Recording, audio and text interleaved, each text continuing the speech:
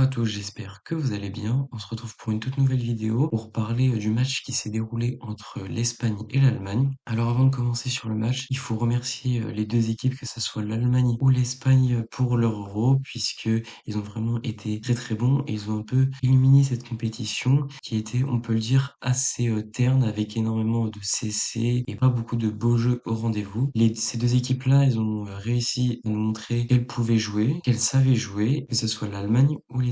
C'était un peu une finale avant l'heure, comme on l'a vu. Les deux équipes, elles auraient mérité une finale, mais malheureusement, ce sera l'Espagne qui aura peut-être une finale. Enfin, en tout cas, faudra battre l'équipe de France en demi-finale. De plus, le scénario a vraiment été incroyable. Un scénario, encore une fois, qu'on peut qualifier de finale, tout simplement. Franchement, il était très très beau, que ça soit par les deux équipes, c'est-à-dire l'Espagne et l'Allemagne qui est à la maison avec une ambiance de fou, mais le scénario en lui-même, c'est-à-dire un but à la 90e, puis un autre but à la 119e dans la seconde mi-temps de prolongation, c'était vraiment fou, et en tant que finale, ça aurait été très très beau à voir. Sur le match, on va parler de deux terroristes. Le premier terroriste, c'est l'arbitre qui a été, on peut le dire, frauduleux. Il n'a pas du tout été au niveau. Déjà, il a fait un arbitrage à l'anglaise, tout simplement, mais vraiment abusif, puisque il y a eu énormément de fautes, surtout côté allemand, et l'arbitre n'a pas souvent sifflé. D'ailleurs, l'Espagne a fini avec plus de cartons jaunes que l'Allemagne, ce qui est assez déroutant. Il y a, par exemple, sur la faute de Pedri,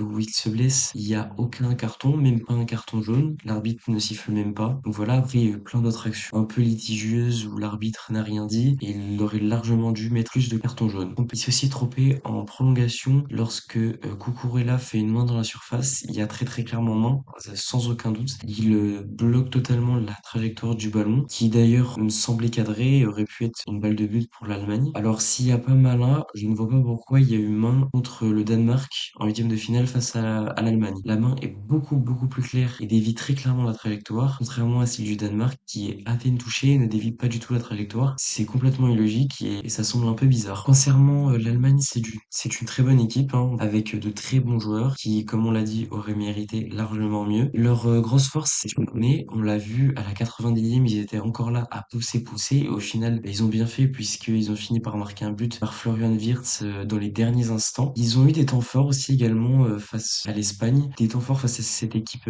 espagnole très forte. C'est plutôt assez surprenant puisque l'Espagne est vraiment au-dessus des autres équipes sur ce tournoi. Alors là, ça montre que l'Allemagne est vraiment en forme en ce moment et peut-être sort de sa période un peu de vide qui est depuis la Coupe du Monde 2014 où ils l'avaient gagné. Ils ont eu des temps forts du coup, notamment après le premier but de l'Espagne où ils ont énormément poussé. Après c'est un peu logique, mais également lors des périodes de prolongation, ils ont été vraiment au-dessus de l'Espagne et beaucoup de fois c'est très très près de mettre le second but. Au niveau des joueurs, parler de Florian Wirtz qui est un énorme talent. Il a énormément apporté dès qu'il est arrivé sur la pelouse et d'ailleurs il a marqué un but. C'est pas anodin, il a une activité folle, il propose énormément, il fait énormément aussi de différence. Il permet à l'Allemagne de diversifier son jeu et franchement c'est assez incompréhensible de le voir sur le banc, surtout au profit de Leroy Sané qui est largement inférieur à Wirtz et qui d'ailleurs n'a pas fait du tout un bon match face à l'Espagne. Et enfin, dernier joueur qu'on va évoquer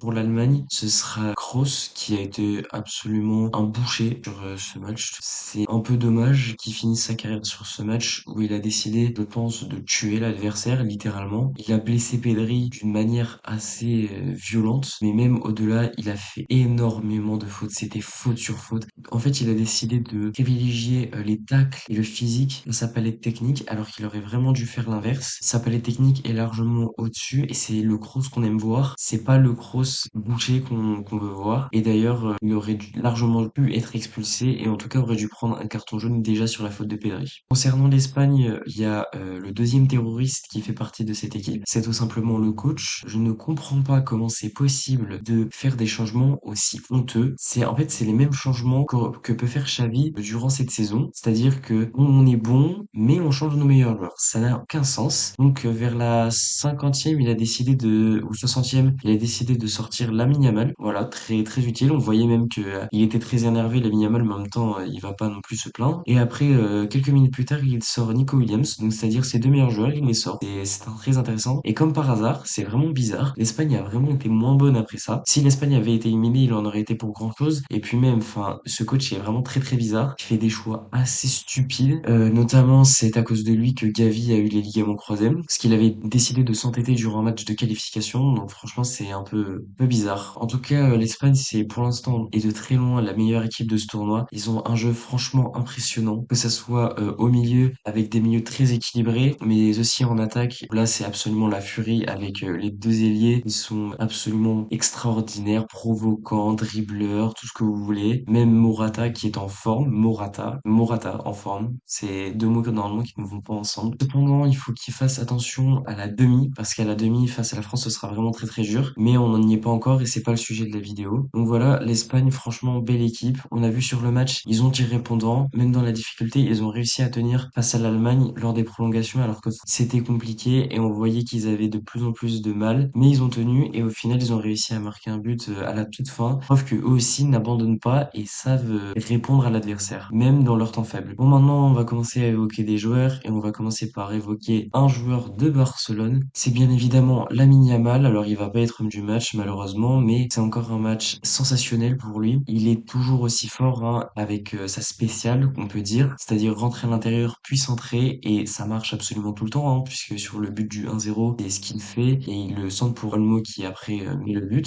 C'est impressionnant ce qu'il fait pour son âge. Il a un jeu mature. Ce qu'il fait, c'est vraiment très mature comparé par exemple à Toni Kroos. Lamine Yamal aurait dû faire, par exemple. Lamine Yamal, il est trop fort, en fait. C'est un joueur qui a 16 ans, qui est comme ça. Il peut potentiellement être dans la discussion parmi les meilleurs joueurs de l'Euro. C'est effrayant de se dire ça. Le mec a 16 ans, il passe son bac de français et potentiellement il sera meilleur joueur de l'Euro. Ce qui est sûr, c'est qu'il sera meilleur jeune joueur de l'Euro. Ça, on n'a pas trop de doute. Et il est aussi meilleur passeur de l'Euro avec 3 passes décisives. Abuser ce qu'il fait pour son âge. Je crois qu'on se rend pas compte la pépite qu'on a entre les mains, en tout cas du côté de Barcelone. Mais on peut aussi parler de l'autre ailier qui est Nico Williams. Alors, j'aimerais bien dire vraiment que ce soit une pépite du FC Barcelone. Malheureusement, ce n'est pas encore le cas, mais il faut vraiment se pencher sur le cas et le recruter très très vite. Parce qu'il est vraiment très fort. On l'a vu, il s'est percuté, il dribble, il centre, il tire bien. Tout ce qu'il fait, c'est beau, c'est bien. Donc franchement, il faut le recruter parce que s'il nous passe sous le nez, je sens qu'on va le regretter. Malheureusement, on faut aussi parler de Pedri. Alors, on veut pas parler de son match, mais on va juste dire bah, qu'il s'est encore blessé.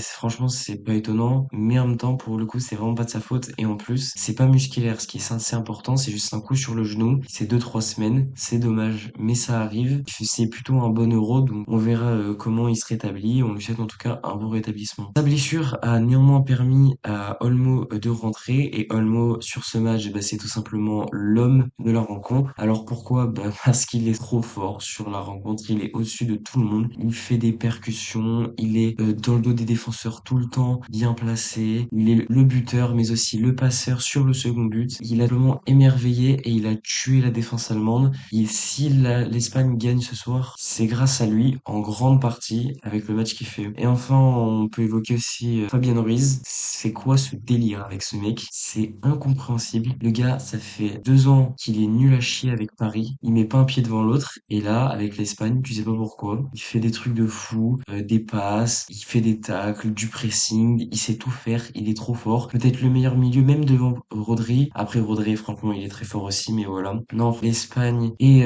son milieu, c'est très très fort, comme Fabien Ruiz. En fait, ce qu'il fait, c'est un peu ce qu'il faisait à Naples. Et ça fait franchement plaisir de revoir le Fabien Ruiz de Naples, qui était franchement très très fort. Enfin bref, c'est tout pour le débrief d'Espagne-Allemagne avec cette victoire de l'Espagne 2-1 après prolongation. J'espère que vous avez apprécié la vidéo. N'hésitez pas à vous abonner, à mettre un like, à laisser un commentaire. Et moi, je vous dis tchuss!